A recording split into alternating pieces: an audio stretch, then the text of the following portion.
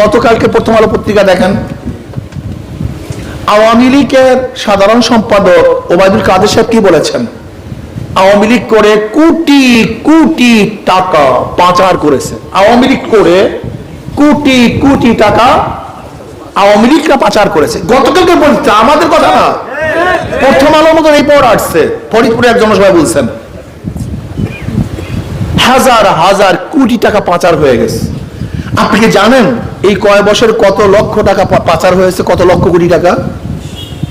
15 লক্ষ কোটি টাকা 10 বছরে পাচার হয়েছে। 15 লক্ষ কোটি টাকা। বুঝেন, আসলে আমরা অনেকেই জানি না 15 লক্ষ কোটি টাকা কি।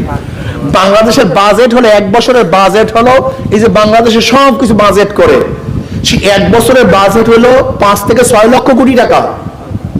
এই গোটা বাংলাদেশের বাজেট হলো 5 থেকে 6 লক্ষ কোটি টাকা। আর এই 10 বছর শুধু পাচার হয়ে গেছে, বিদেশে চলে গেছে 15 লক্ষ কোটি টাকা। 3 বছরের বাজেট।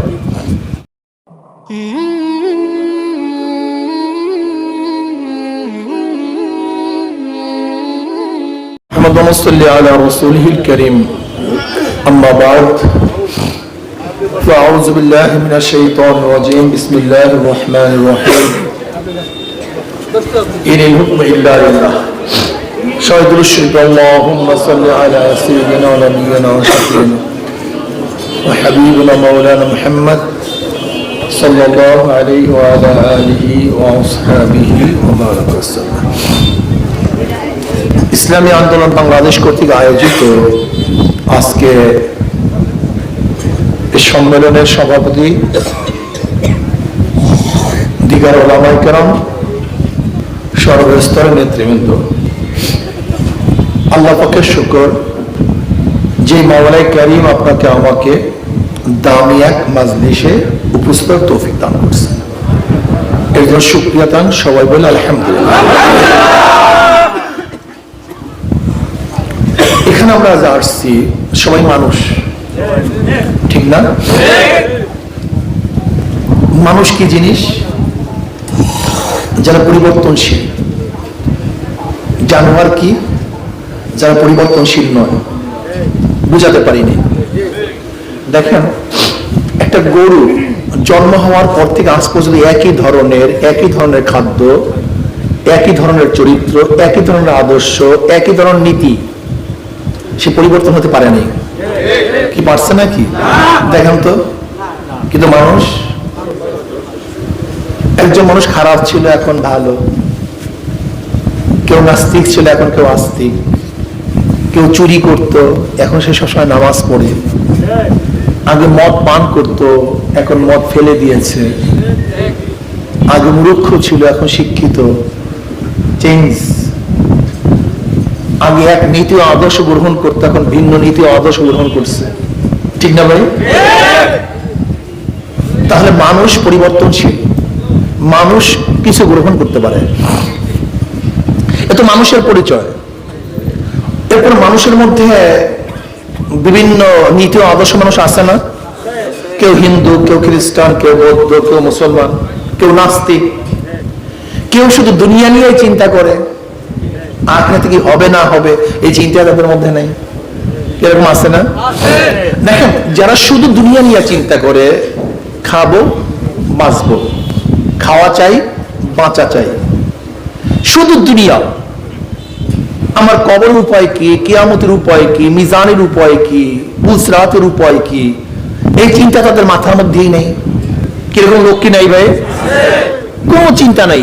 কবরে কি হবে, কিয়ামতে কি হবে, হিসাব নিকাশ বাদ দাও, এগুলি কোথা থেকে এসছে?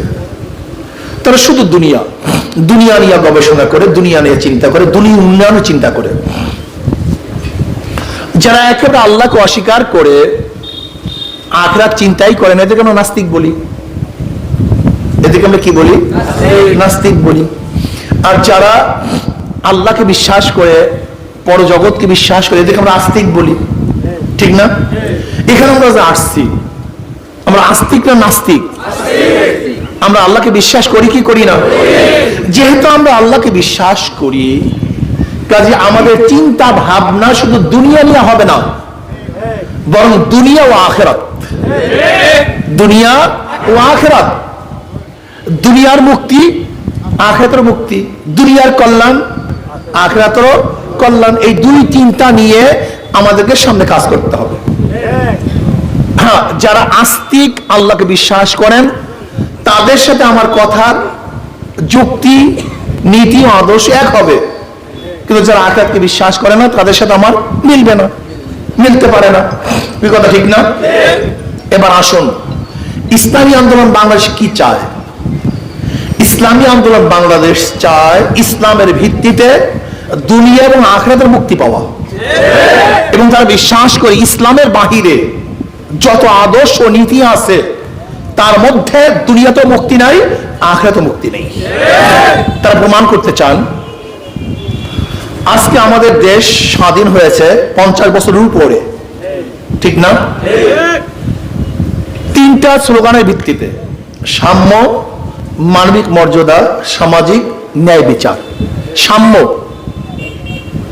আমরা সবাই সমান, কে ধনী কে গরিব, কে শিক্ষিত কে মূর্খ, কে মুসলমান কে হিন্দু, কে আওয়ামী লীগ কে বিএনপি, কে জাতীয় পার্টি, কেউ জাসদ কেউ বাসদ, কে চরমনাই দেখার বিষয় নয়। আমরা বাংলাদেশের নাগরিক হিসাবে আমরা সবাই সমান, সাম্য। কিন্তু আমি প্রশ্ন করতে চাই, এখন কি সাম্যতা আছে? আপনারা বলেন। যে দল করে সমস্ত সুযোগ সুবিধা তাদের, যারা দল করে না তাদের কোনো সুযোগ সুবিধাই নেই। যারা দল করবে তাদের চাকরি আছে, যারা দল করবে না চাকরির কাছেও যেতে পারবে না।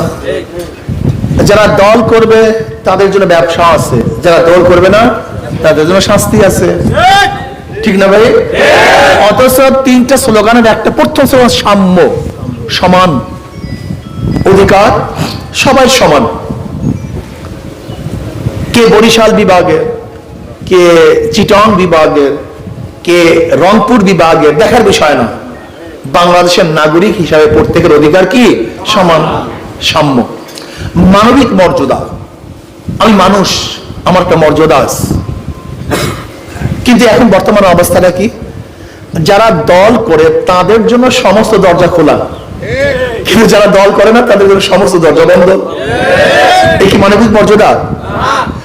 যারা দল করবে তারা তো হাজারো অন্যায় করলে তাদের কোনো বিচার নেই, কিন্তু যারা দল করবে না, যদি কাছেও না থাকে ওই কেসে তাকে ঢুকানো হবে। যারা দল করবে তাদের ইজ্জত সম্মানের কোনো অভাব নাই, আর যারা দল করবে না তাদের লাথির অভাব নেই। মানবিক মর্যাদা। সামাজিক ন্যায় বিচার, কোথায় সামাজিক ন্যায় বিচার আমাকে বলেন? বিচার বাংলাদেশে উঠে গেছে, ন্যায় বিচার বলতে কিছুই নেই। যদি আপনি দল করেন, 100 খুন করেন, আপনি মাপ পাবেন। আর আপনি দল করবেন না, আপনি ঘরে থাকলেও হাজারো কেস আপনার নামে থাকবে। আপনি গুণ হবেন, আপনি খুন হবেন। এটা কি ন্যায় বিচার হলো?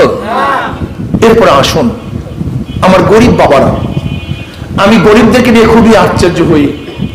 আমি গরিবদেরকে নিয়ে খুবই আশ্চর্য হই। একজন গরিব ইসলামকে বাদ দিয়ে অন্য দল করে কিভাবে? অথচ ইসলামের সমস্ত অর্থনীতি গরিবদের জন্য। ইসলামের সমস্ত অর্থনীতি কাদের জন্য? সব গরিবদের জন্য। কেমন? জাকাত কাদের জন্য? ফিতরা কাদের জন্য? ওশর কাদের জন্য? মানত কাদের জন্য? দান কাদের জন্য? সবই তো গরিবদের জন্য। সদকা কাদের জন্য? ইসলামের প্রত্যেকটা অর্থনীতি গরিবদের জন্য। অথচ গরিব ইসলামকে পছন্দ করে না। গরিব ইসলামকে পছন্দ করে না। ইসলামের প্রত্যেকটা অর্থনীতি গরিবদের জন্য। আমার নবী আলাইহিস সালাতু ওয়াস সালাম গরিব ছিলেন, গরিবদের মর্যাদা তারা বুঝতেন, ক্ষুধার্তর কষ্ট তারা বুঝতেন। আমার নবী আলাইহিস সালাতু ওয়াস সালামের ঘর ছিল না, যাদের ঘর নাই তাদের ঘর না থাকার বেদনা আমার নবী বুঝতেন। আমার নবীর অনুসারে পোশাক ছিল না ঠিক মতো, পোশাকহীন ব্যক্তির মর্যাদা সম্পর্কে আমার নবী বুঝতেন।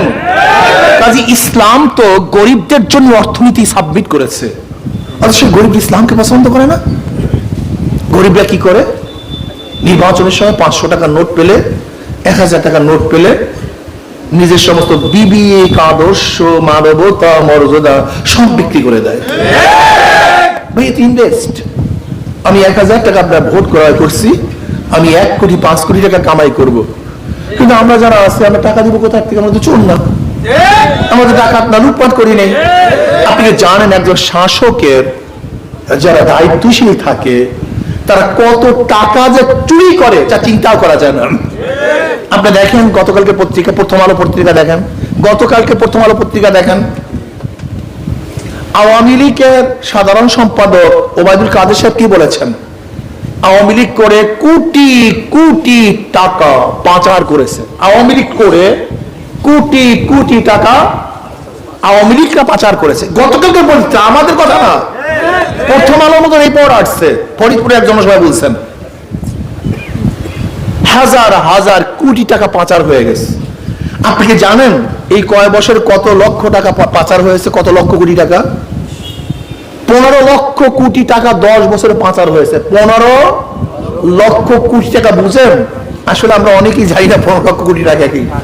বাংলাদেশের বাজেট হলো, 1 বছরের বাজেট হলো, এই যে বাংলাদেশের সব কিছু বাজেট করে, সেই 1 বছরের বাজেট হলো 5 থেকে 6 লক্ষ কোটি টাকা।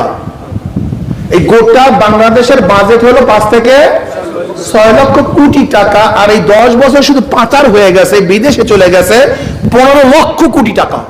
3 বছরের বাজেট। অথচ আপনার এবং আমার টাকা, আপনার এবং আমার ঘাম ঝরানো টাকা, এই কৃষক শ্রমিক মজদুরদের টাকা। আপনি বুঝছেন আমি তো কর দিই না, আমি তো ভ্যাট ট্যাক্স দিই না, বরং আমাকে তো সরকার দেয়। আপনি জানি না আপনি কখন দেন। আপনি কি কাপড় কিনছেন না? লুঙ্গি কিনছেন না? কিনছেন? জানেন এই লুঙ্গিটা আসার জন্য কতগুলি স্তর পার হয়ে আপনার কাছে আসছে? যখন তুলা ইম্পোর্ট করছে সেখানে ভ্যাট ট্যাক্স দিতে হয়েছে, যখন মিলে ঢুকছে সেখানে ভ্যাট ট্যাক্স দিতে হয়েছে, যে বিলের মধ্যে তৈরি হয়েছে সেই মিল করতে ভ্যাট ট্যাক্স দিতে হয়েছে, যখন মিল আলা সুতা বের করছে তখন সেখানে ভ্যাট ট্যাক্স দিতে হয়েছে, যখন এইটা আপনার পাইকারের কাছে বিক্রি করছে তখন সেখানে ভ্যাট ট্যাক্স দিতে হয়েছে। আপনারা এই পর্যন্ত আসতে জানেন এই কাপড়দের উপরে কতবার ভ্যাট ট্যাক্স হয়েছে? এই টাকা কাদের? যেই টাকা আপনি কিনতেছেন এখন 500 টাকায়, ওই যে ভ্যাট ট্যাক্স এত না দিতে হইতো সেই কাপড়টি কিনতে পারতেন মাত্র 150 বা 200 বা 300 টাকায়। আপনার টাকা। আপনি ভাবতেছেন হুজুর আমি রিক্সা চালাই, কোথায় আমি ভ্যাট ট্যাক্স দিই? আপনি কি রিক্সায় পেট্রোল কিনছেন না? রিক্সার মধ্যে স্পোক কিনছেন না? টায়ার কিনছেন না? রিম কিনছেন না? এগুলো আসছে কোথা থেকে? এটা আপনার ভ্যাট ট্যাক্সের পয়সা। আপনি চাউল ক্রয় করতেছেন, তৈল ক্রয় করতেছেন, নিত্য প্রয়োজনীয় দ্রব্য ক্রয় করতেছেন, এর প্রত্যেকটার মধ্যে আপনি টাকা দিচ্ছেন। আমি কথাটা বুঝাতে পারছি? কারণ বাংলাদেশ সরকারের সংসদের সামনে কোনো টাকার গাছ নাই যে জার্কিং দিলে সেখান থেকে টাকা পড়ে। টাকা কোথার থেকে আসে? এই আপনার আমার গরিবের টাকা। কিন্তু সেখানে কি হয়? টাকাগুলি সব চুরি হয়ে যায়, লুটপাট হয়ে যায়। আপনি জানবেন, বিশ্বাস করবেন, 1 কেজি লোহার নাট বল্টু আছে না? চিনেন না আপনারা? লোহার কি বলেন? নাট বল্টু বলেন না? এই 1 কেজি নাট বোল্টের দাম 1 কোটি টাকার উপরে দেখাইছে। 1 কোটি টাকার উপরে। আপনি বুঝেন অবস্থাটা কি চলতেছে? একটা বালিশের দাম 7,000 8,000 টাকা, একটা পর্দার দাম 80 লক্ষ টাকা। আমরা বিশ্বাস করতে পারি দেশ কোথায় যাচ্ছে? কারা চুরি করছে?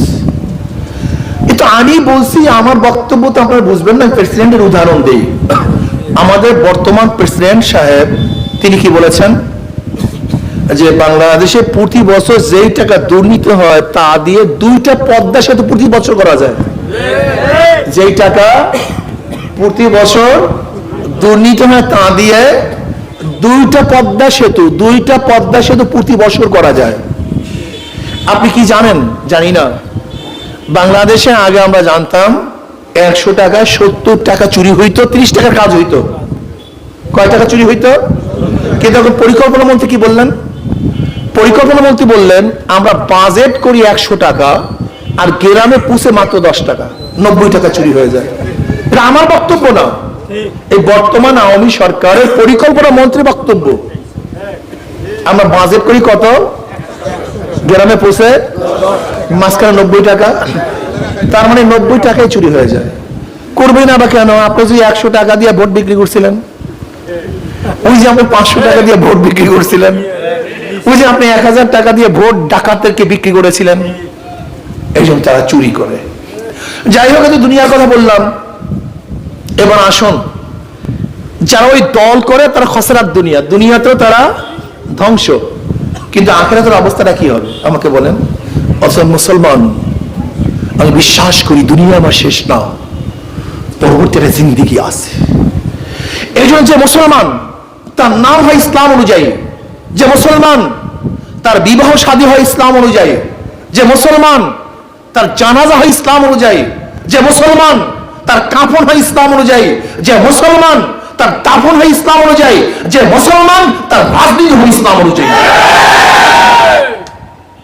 মুসলমান ইসলামের বাহিরে রাজনীতি করতে পারে না, মুসলমান করতে পারে না, খ্রিস্টান করতে পারে, ইহুদি করতে পারে, হিন্দু করতে পারে, নাস্তিক করতে পারে, কিন্তু মুসলমান ইসলামকে বাদ দিয়ে অন্য কোনো রাজনীতি করতে পারে না। কারণ আমি জানি আমি ক্ষুধার্ত অবস্থায়ও মারা যাব, পেট পুরা থাকলেও মারা যাব, আমার প্রত্যেক কাজের হিসাব আল্লাহর কাছে দিতে হবে। কাজেই মুসলমান ইসলামকে বাদ দিয়ে আমি রাজনীতি করতে পারি না। কি পারি নাকি? আমার নেতা জনাব মুহাম্মদ রাসূলুল্লাহ সাল্লাল্লাহু আলাইহি ওয়াসাল্লাম এর বাহিরে আমি কাউকে নেতা মানতে পারি না। কাজে আজকে থেকে আমি কমপক্ষে প্রত্যেকটা মুসলমানকে বলবো, তোমার এবং আমার আদর্শ ইসলাম, নীতি ও আদর্শ ইসলাম, ইসলামের বাহিরে আমি কোন নীতি ও আদর্শ মানতে পারি না, মানবো না ইনশাআল্লাহ। কাজে আসুন এই দেশটাকে ডেভেলপ করার জন্য এবং আখিরাতে মুক্তি পাওয়ার জন্য ইসলামী আন্দোলনে আমরা সবাই অন্তর্ভুক্ত হই। দুইটা ফায়দা, দুনিয়াতে মুক্তি পাবেন, আখিরাতেও কামিয়াবি হয়ে যাবেন। কিন্তু আওয়ামী লীগ কি বলে যে আমাদের দল করো তোমরা কবরে মুক্তি পাবা, বিএনপি কি বলে আমাদের দল করো তোমরা কিয়ামতের ময়দানে আরশে নিচে জায়গা পেয়ে যাবে, জাতীয় পার্টি কি বলছে আমাদের দল করো তোমরা পুলসিরাত পার হয়ে চলে যাবা। কিন্তু আমরা বলতে পারি ইসলামিক দল করো, ইনশাআল্লাহ দুনিয়াতে মুক্তি পাবা, আখিরাতে মুক্তি পাবা। কেন? কারণটা কি? কারণটা কি? আমরা চাই কোরআন ও সুন্নাহর আইন বাস্তবায়ন করার জন্য, কোন পীর কোন ব্যক্তির আইনকে বাস্তবায়ন করতে চাই না। আল্লাহ আল্লাহ রাসূলের আইন বাস্তবায়ন করার জন্য যে চেষ্টা করবে, সাধনা করবে, আল্লাযীনা জাহাদু ফিনা লানাহদিয়ান্নাহুম সুবুলানা, আল্লাহ পাক তাদের জন্য পথ খুলে দেবেন। কাজে আসুন ইসলামী আন্দোলন করি, দুনিয়াতে মুক্তি পাই, আখিরাতে মুক্তি পাই। আল্লাহ পাক আমাদের সবাইকে ইসলামী আন্দোলনে সংযুক্ত হওয়ার তৌফিক দান করেন। কি করবেন না ইনশাআল্লাহ আপনারা? কি আমার যুবক বাবারা করবেন না ইনশাআল্লাহ? আমার যুবকরা যদি জাগ্রত হয়, মুসলমান যুবকরা যদি জাগ্রত হয়, তাই বেঈমানদের দেশ থেকে পালাতে বাধ্য হবে। কাজে যুবকরা তোমাদের অনুরোধ করবো, অন্য কোনো দল কোনো মত ও আদর্শ আমরা করবো না, আমরা একমাত্র ইসলামী আদর্শই মানবো। রাজি আছেন ইনশাআল্লাহ যুবকরা? কি গ্রুপে রাজি আছেন ইনশাআল্লাহ? কে রাজি? আল্লাহু আকবার, নারায়ে তাকবীর, আল্লাহু আকবার।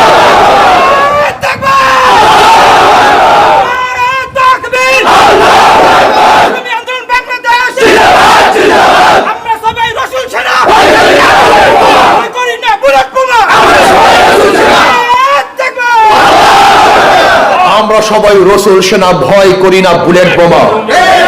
তার সাথে আরেকটা স্লোগান, তোমার তোমার নেতা আমার নেতা বিশ্ব নবী মুস্তাফা। তোমার নেতা আমার নেতা, তোমার নেতা আমার নেতা। আলহামদুলিল্লাহ, আল্লাহুম্মা আমিন।